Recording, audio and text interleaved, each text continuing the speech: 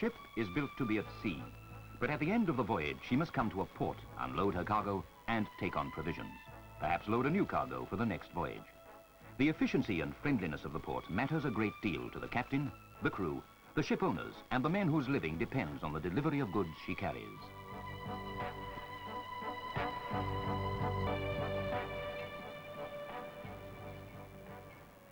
South Wales, a day in July. Managers come together to coordinate all the complex activities involved in the running of their port.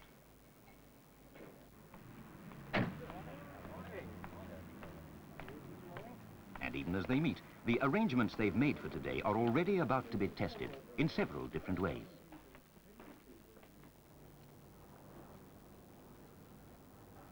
The H.R. Macmillan, 24 days out from Vancouver Island, moving now up the deep waters of the Severn Estuary towards Newport, South Wales.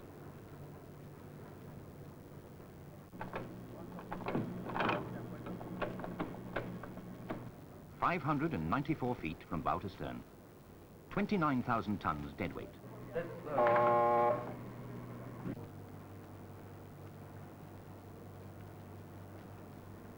Her cargo of packaged timber will shortly be unloaded and distributed all over Britain. The M4 motorway, main route for holidaymakers from London to South Wales.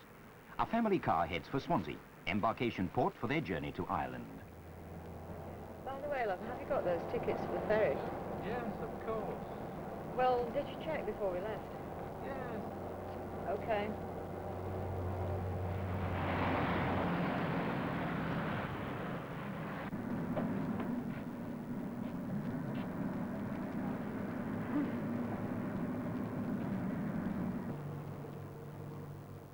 At the same time that the tugs begin to ease the Macmillan into dock, other ships thread their way into one or other of the 5 great ports on the South Wales coast.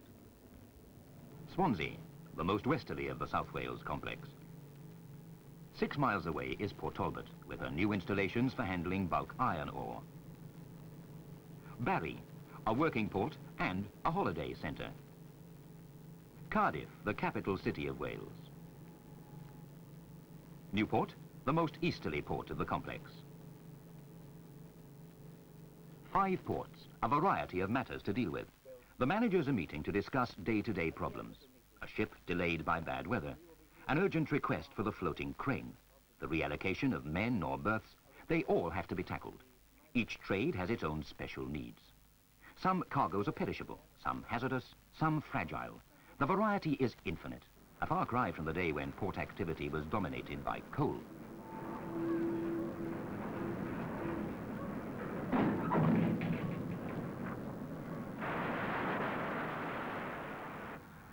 Today, the handling of coal is only a small part of the work of the South Wales ports. The emphasis has moved increasingly to the products of heavy industry. Steel in billets, in slabs, in 20-ton coils, in these 2-ton sheets bound for Sweden through Swansea.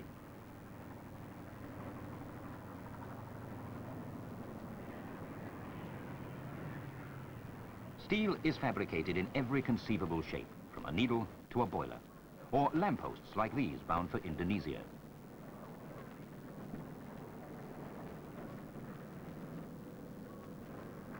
But where the gentle touch is needed, the welcome's just the same.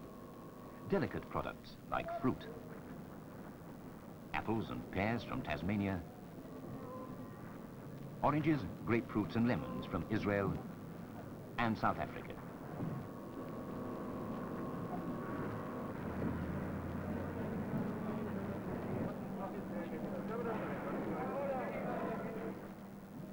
Dockers here have been so successful in proving their skill at handling fruit that Cardiff is now one of the great fruit ports of Britain, favoured by such familiar names as Outspan and Jaffa.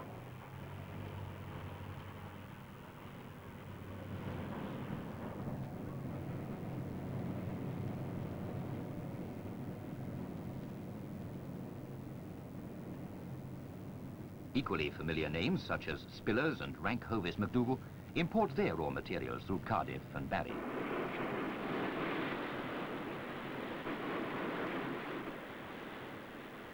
Automatic suction plant draws up grain for the giant silos. The pigeons know that even a suction plant drops a grain or two by the way, and they grow fat on their knowledge.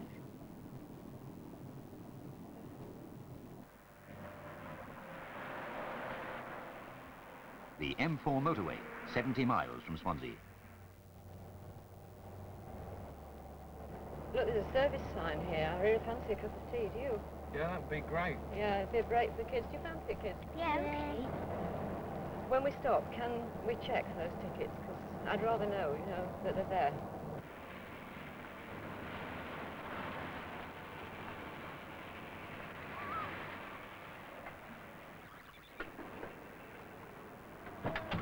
Here we are. Judd, time to get out now. Look at this. This is much better. Come on, look. Claire, look over there. It's the Severn Bridge. Gosh, it's beautiful. Super, isn't it? We're on Lovely the other bridge. side, we'll be in Come on, Wales. Judd. Yes, I can't wait.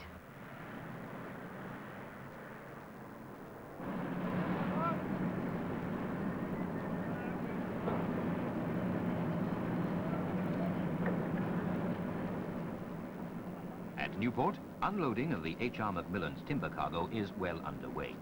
She's berthed at a deep water terminal provided by the Docks Board especially for her owners.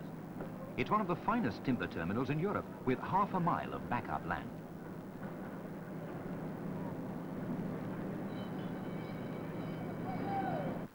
Gentlemen, we have 4 real advantages here in South Wales. We have deep water capable of taking 300,000-ton vessels. We have land available for development. We have excellent road and rail communications. We have the M4 and we have the M5. And finally, gentlemen, we have a first-class record of labour relations, which should enable us to develop all these advantages to the full. In the morning, Jim. Put extra gang on, catch a 7 o'clock tide in the morning. Oh, well, that means you'll have the berth empty for the other one in the morning. That's right, Jim, yeah. Oh, well, let's hope the rain clears up then. I hope so. I hope so.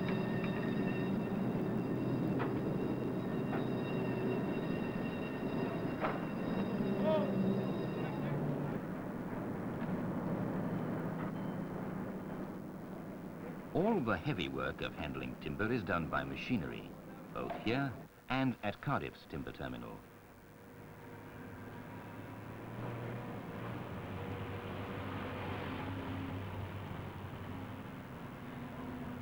Packages of timber are moved across the quay to waiting lorries, or stacked in the ample space available for storage. Importers of raw material like these aluminium ingots share the same advantage. So do car manufacturers, whose products can be driven straight on board or off to the vast temporary car parks.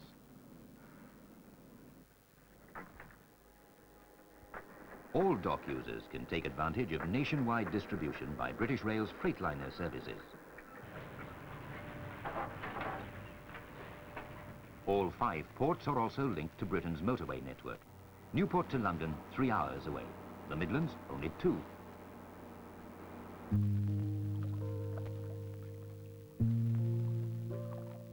A port is a highly mechanized workplace, but it can often give an unexpected impression of tranquility.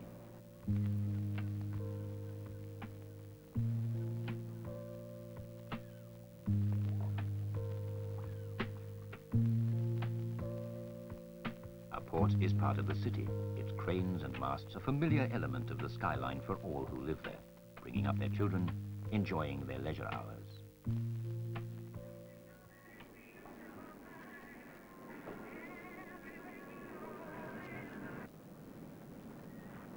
Swansea, terminal for the Irish car ferry.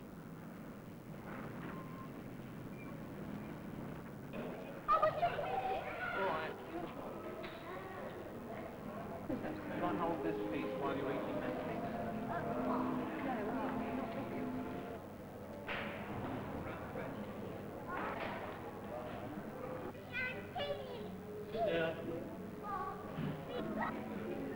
Are you sure you checked on those tickets, man?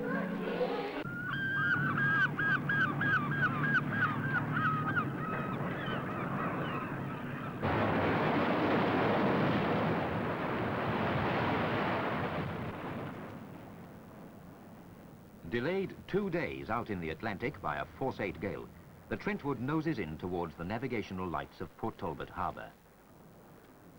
This giant vessel is carrying over 100,000 tons of iron ore. Safe within the protecting breakwaters and with ample water beneath her keel, she moves smoothly to the jetty where she discharge her cargo. Easy now, my boss. Easy, my boss. Jetty to pilot. Yes, Bill. How are you in relation to the marker? We've dropped back about 20 feet astern, Bill. I'm going ahead on her now. Roger. Transporter cranes twice as tall as a house. One man high overhead in the cab scoops up 20 tons of ore at a time.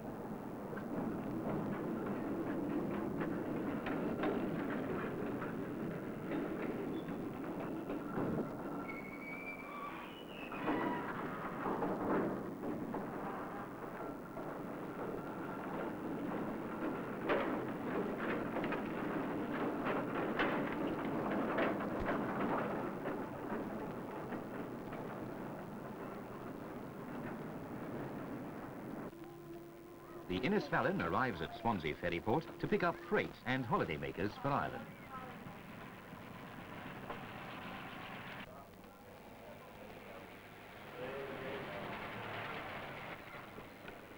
Good day, Sam. May I have a ticket? Claire, pass me my code, please. There we are. Tickets are here. Did you put my tickets in here? Yeah. Have they fallen out in the back there somewhere? I can't see them. Are you sure? Are you sure you kids haven't seen the tickets?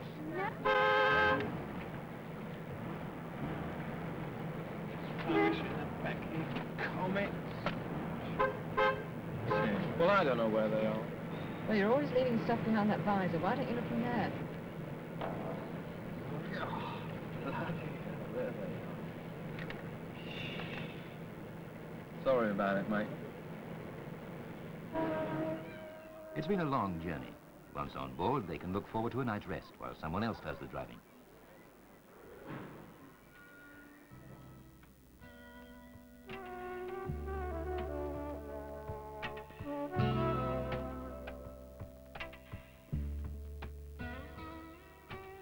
A blustery day turns to a settled evening, and the small sailing boats return to the shelter of the harbour.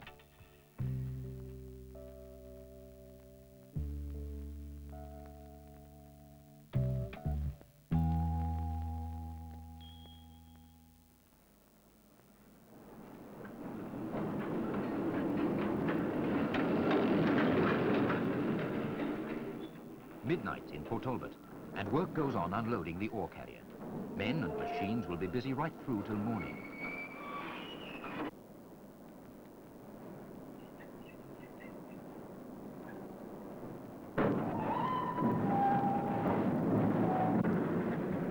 The British Transport Docks Board and the British Steel Corporation, between them, spent 3.5 years and £20 million building Port Talbot Harbour to handle just such cargoes. Not so long ago, ore was unloaded at Port Talbot from vessels a tenth of the size of the Trentwood. Now, 100,000 tons travel without interruption straight from the ship to the Port Talbot steelworks. Not so long ago, freight was handled piecemeal at the dockside. Now it's roll on, roll off, a conveyor belt on wheels from South Wales to Ireland.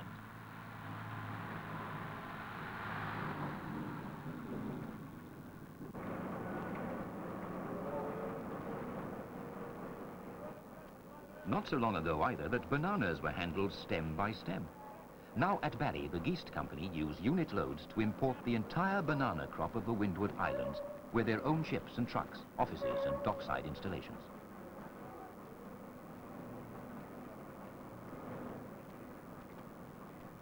Once coal was king. Now at Swansea, as at other South Wales ports, pipelines carry oil and petrochemicals between ships and dockside tanks. In the last 10 years, the 5 South Wales ports have made enormous advances in services and facilities for their customers. But it doesn't rest there. The potential for future development is every bit as exciting. It's a march to the coast by industry.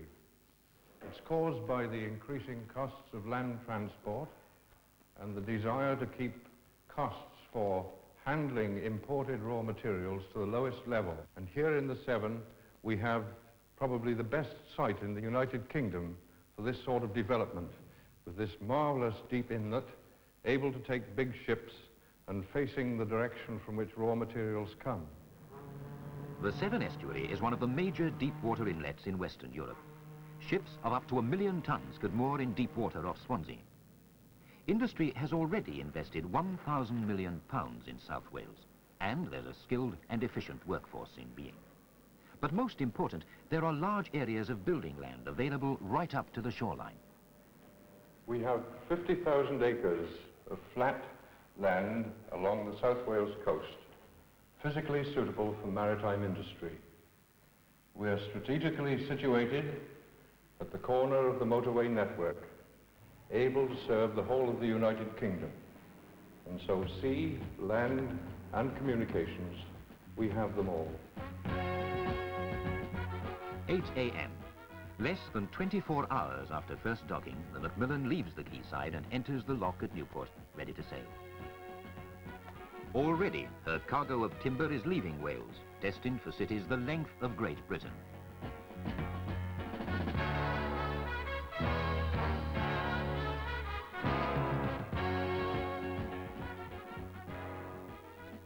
In her wake, other ships will call from Malaysia, Canada, Australia, from the four corners of the earth.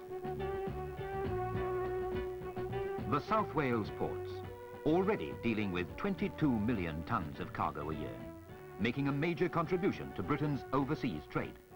Equipped for the very latest techniques in cargo handling. Scope for yet more traffic and more industrial development.